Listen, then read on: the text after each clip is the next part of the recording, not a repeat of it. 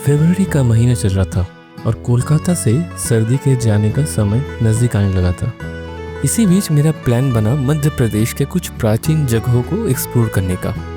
लेकिन सफ़र इस बार सोलो था, तो कुछ यूनिक एक्सपीरियंस करने को मिलेगा शायद, और सफ़र के एंड में मैं अपनी सोलो एक्सपीरियंस शेयर करूँगा। तो मध्य प्रदेश के सीरीज़ में मैं आपको लेकर चलूँगा सबसे पहले सांची की ओर, और फिर वहाँ से हम जाएंगे ओरछा, और फिर वहाँ से खजुराहो, और उसके बाद झांसी घूमने के बाद बैक टू कोलकाता। तो सफ़र शुरू करते हैं। फिलहाल शाम के 3 बज रहे हैं और मैं हावड़ा स्टेशन की ओर जा रहा हूँ। कुछ 40 मिनट के बाद मैं हावड़ा स्टेशन के न्यू कॉम्प्लेक्स में जाकर पहुंचा।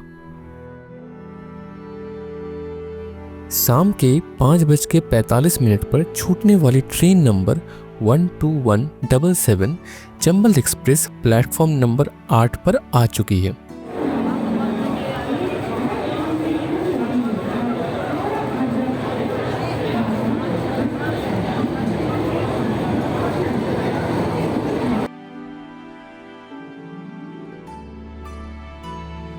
महाकुंभ का समय चल रहा है और इसीलिए ट्रेन में काफी भीड़ है।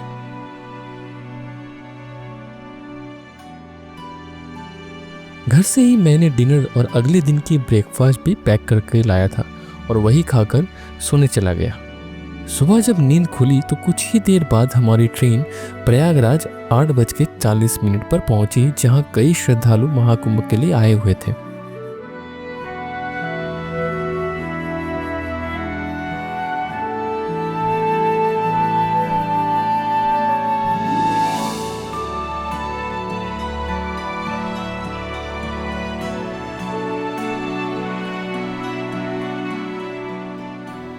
प्रयागराज के बाद ट्रेन एकदम से खाली हो चुकी थी।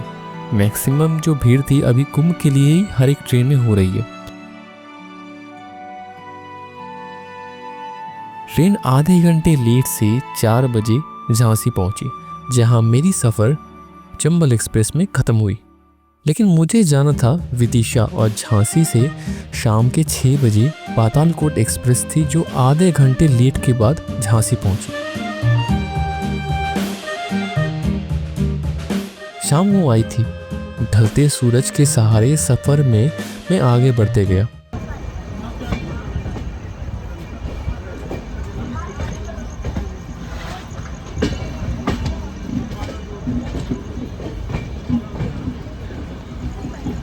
रात हो चुकी थी और ट्रेन अपने निर्धारित समय से करीबन 1 घंटे के बाद मुझे विदिशा पहुंचाई। विदिशा में मैंने पहले से ही स्टेशन के एकदम नज़दीक होटल प्राइड बुक करके रखी थी।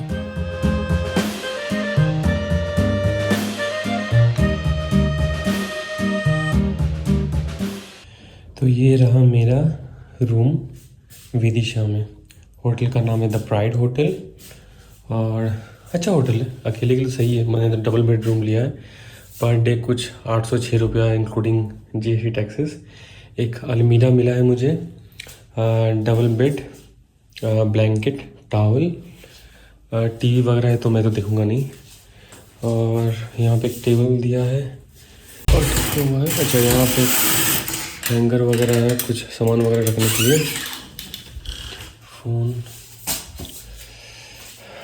अच्छा बाथरूम वॉशरूम दिखा देता हूँ। सो वॉशरूम कुछ इस तरह है, इंडियन स्टाइल है। सो ये थोड़ा प्रॉब्लम हो सकता है, बट एनीवेज स्टेशन के एकदम सामने। तो ये रहा मेरा room, pride hotel, second floor में मिला है, रूम नंबर 204। और अच्छा है एक जन के लिए, तो मैं तो बोलूँगा अच्छा है।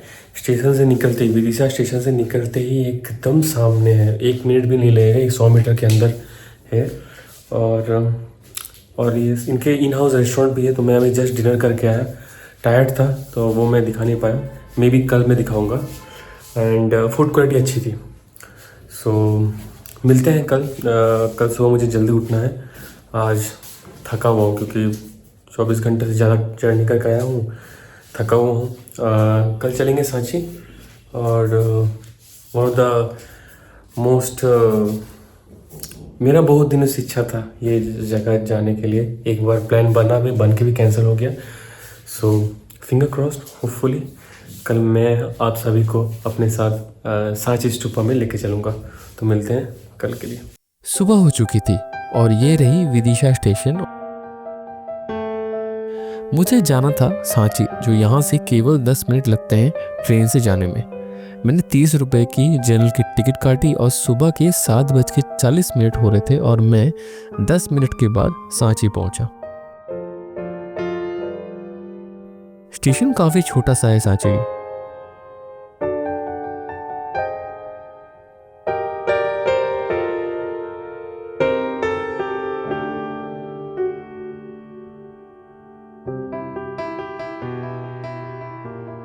गूगल मैप में स्टेशन से पैदल कुछ 1 किलोमीटर दिखा रहा था सांची स्तूपा।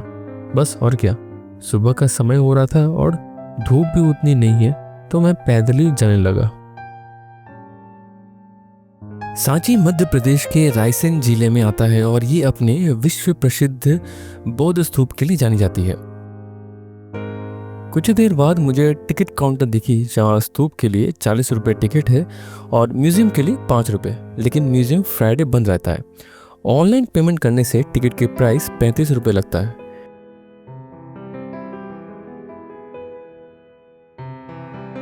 टिकट लेने के बाद मैं स्तूप की ओर बढ़ने लगा। म्यूजियम सुबह के 9 बजे से लेकर शाम के 5 बजे तक खुला रहता है और स्तूप सनराइज से लेकर सनसेट तक, और 15 साल के नीचे बच्चों के लिए एंट्री फ्री है। मैं इस साइड से आया और अभी इधर एक रास्ता चला गया है और इधर भी गया है, बट समझ में ये नहीं आ रहा है कि मैं इधर जाऊँ क्या इस साइड जाऊँ। तो अभी एक लोकल से बात हुआ, तो उन्होंने बोला कि ये रास्ता चले जाने के लिए, क्योंकि जो पीछे रास्ता जो है वो मोटरसाइकिल के लिए। और मैंने पूछा कि ये सेफ़ है, तो उन्होंने बोला हाँ सेफ़ है, तो चलते हैं। सीढ़ियों से होते हुए मैं पहुंचा स्तूप के एंट्री गेट पे, जहां अपना टिकट शो किया और एक रजिस्टर में अपना डिटेल्स शेयर करके मैं आ चुका था वर्ल्ड हेरिटेज साइट सांची में। सांची स्तूप भारत का सबसे पुराना बौद्ध स्थल है। इसे मौर्य सम्राट अशोक ने 3rd सेंचुरी BC में बनवाया था। यह स्तूप बौद्ध वास्तुकला की बेहतरीन उदाहरण है, जहां 3rd सेंचुरी BC से लेकर 12th सेंचुरी AD तक का इतिहास है। गौतम बुद्ध के जीवन से सांची का कोई संबंध नहीं है। उनका जन्म लुम्बिनी नेपाल में हुआ था। बोध गया में उन्हें तप करके ज्ञान प्राप्त हुआ। सारनाथ में उन्होंने सबसे पहला ज्ञान का उपदेश दिया था और कुशीनगर में उन्होंने महापरिनिर्वाण को प्राप्त किया। बौद्ध धर्म को भारत में प्रचार करने का श्रेय सम्राट अशोक को जाता है, जिन्होंने टोटल 84,000 स्तूपास बनाए थे। बुद्धिज्म में स्तूप उनका सबसे इम्पोर्टेंट मॉन्यूमेंट माना जाता है और सांची के इस महास्तूप में भगवान बुद्ध के पवित्र अस्थियों को रखा गया है। स्तूप की हिस्ट्री जानने से पहले इसकी आर्किटेक्चर को जानना ज़्यादा ज़रूरी है। ये एक ईंटों से बना हुआ हेमिस्फेरिकल स्ट्रक्चर है, जिसके सबसे ऊपर 3 सर्कुलर डिस्क है, जिसे छत्र कहते हैं। स्तूप के चारों ओर रेलिंग्स लगे हुए हैं, जिसे वेदिका कहते हैं। अंध और वेदिका के बीच एक स्पेस है, जिसे प्रदक्षिणा पथ कहते हैं, जहाँ श्रद्धालु प्रदक्षिणा करते हैं। इसके बाद सबसे इम्पोर्टेंट फीचर्स है 4 डायरेक्शन में बने गेटवेज हैं, जिसे तोरान द्वार कहा जाता है। स्तूप बनाया जाता है 3rd सेंचुरी BC में, जो कि टेराकोटा ईंटों से बनाई गई थी। फिर इसके बाद दोबारा सेकेंड डोम बनाया जाता है 2nd सेंचुरी BC में पत्थरों को यूज करके, और चारों ओर रेलिंग्स का निर्माण शुंग वंश के राजा अग्निमित्र ने किया था। और गेटवेज बनाए जाते हैं 100 BC में, और इन्हीं 4 गेटवेज या तोरण द्वारों में भगवान बुद्ध के जीवन के हर एक घटनाओं को दिखाया गया है, जो कि सतवाहन पीरियड के बने हुए हैं। ये डबल डोम आर्किटेक्चर है, यानी कि डोम के अंदर भी और एक डोम है। स्तूपा की हाइट 16.46 मीटर है और इसकी डायमीटर 36.6 मीटर है। सांची के स्तूपों को 1818 में जनरल टेलर ने खोज निकाला था और 1912 से लेकर 1919 तक जॉन मार्शल ने रिस्टोर किया था। स्तूपा के कॉम्प्लेक्स में एंट्री करने के बाद सबसे पहले उत्तरी तोरण द्वार आता है, जो चारों तोरण द्वारों में से सबसे ज़्यादा संरक्षित द्वार है और उतना ही उम्दा इसमें नक्काशीदार देखने को मिलता है। यहाँ यक्षिनी को दिखाया गया है और इसके ठीक बगल में चारों दिशाओं में 4 हाथी के ऊपर बैठे मनुष्य को दिखाया गया है। यहाँ मनुष्य बुद्धों के बौद्ध वृक्ष और उनके स्तूपों को दिखाया गया है। वेसेंत्रा जातक के अनुसार यहाँ राजकुमार को उनके पिता के द्वारा देश निकाला दिखाया जा रहा है। लेफ्ट वाले पिलर में हमें यहाँ लोग मौज मस्ती करते नजर आ रहे हैं, जो कि संभवतः इंद्र के स्वर्ग को दर्शा रहा है। यहाँ कौशल के राजा प्रसेनजीत के शाही जुलूस को दिखाया गया है, जो भगवान बुद्ध से मिलने के लिए जा रहे हैं। यहाँ भगवान बुद्ध के प्रजा को दिखाया जा रहा है। यहाँ भगवान बुद्ध के 3 पसंदीदा निवासों को दिखाया गया है, जो कि श्रावस्ती शहर में जीतवना के नाम से जाना जाता था, जो अभी उत्तर प्रदेश में है। यहाँ श्रावस्ती शहर में भगवान बुद्ध के चमत्कार को दर्शाया गया है, जहाँ कहा जाता है कि वो हवा में चलकर दिखाए थे। बीच में आम का पेड़ है और चारों ओर भगवान बुद्ध के भक्तजन।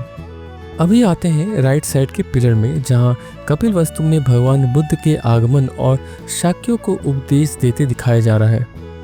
यहाँ भगवान बुद्ध कपिलवस्तु से प्रस्थान करते नजर आ रहे हैं। यहाँ भगवान बुद्ध स्वर्ग की ओर जा रहे हैं अपनी माता माया को उपदेश देने।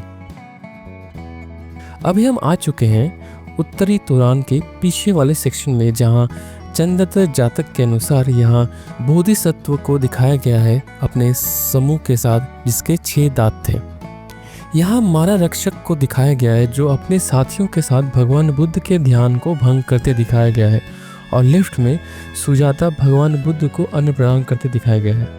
यहाँ बोध गया के पीपल पेड़ को भी दिखाया जा रहा है।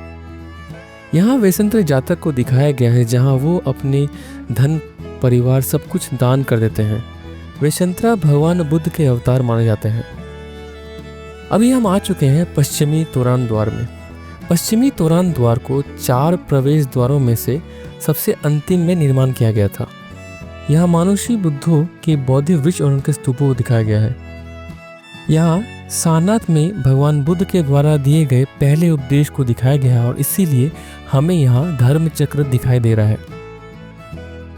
लेफ्ट पिलर में हमें यहाँ लोग मौज मस्ती करते नजर आ रहे हैं, जो कि संभवतः इंद्र के स्वर को दर्शा रहा है। अभी हम आ चुके हैं राइट वाले पिलर में, जहाँ 3 शेरों को दिखाया गया है, जहाँ उनके पंजे हवा में हैं। इस पैनल के शिलालेख से पता चलता है कि ये स्तंभ आर्य शूद्र के शिष्य बालमित्र का उपहार था। पश्चिमी तोरण द्वार के पीछे वाले सेक्शन में मल्लकों के शासक भगवान बुद्ध के अवशेष को कुशीनगर ला रहे हैं, ऐसा दिखाया जा रहा है। भगवान बुद्ध के अवशेषों को लेने के लिए 7 राजाओं द्वारा कुशीनगर में हमला दिखाया जा रहा है। सेंटर में पीपल के पेड़ और भीतर बुद्ध के सिंहासन के साथ बोध गया का मंदिर है। दाहिनी ओर मारा की सेनाएं बुद्ध से निराश होकर भाग रही है। बाईं ओर देवता भगवान बुद्ध के जीत का जश्न मना रहे हैं और उनकी शानदार उपलब्धियों का उल्लेख करते नजर आ रहे हैं।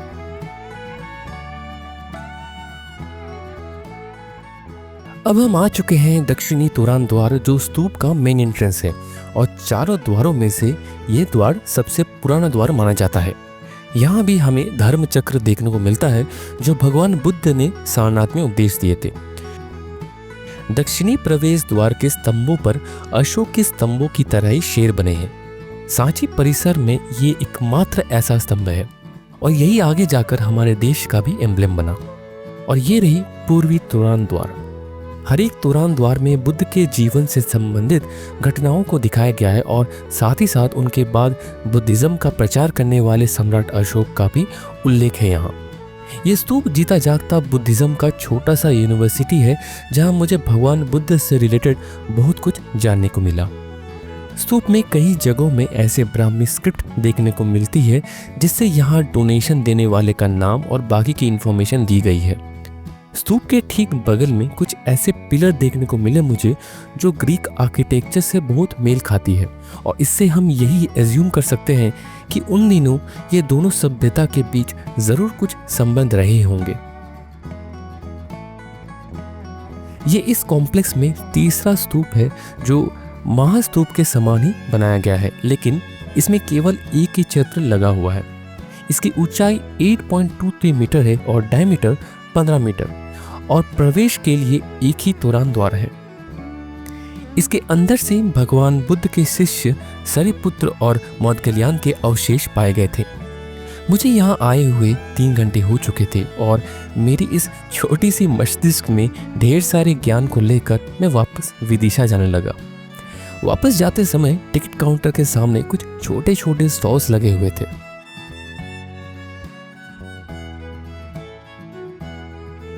मिलते हैं अगले एपिसोड में, जहां मैं आपको मध्य प्रदेश के ओरछा से रूबरू करवाऊंगा। तब तक के लिए travel safely and good bye.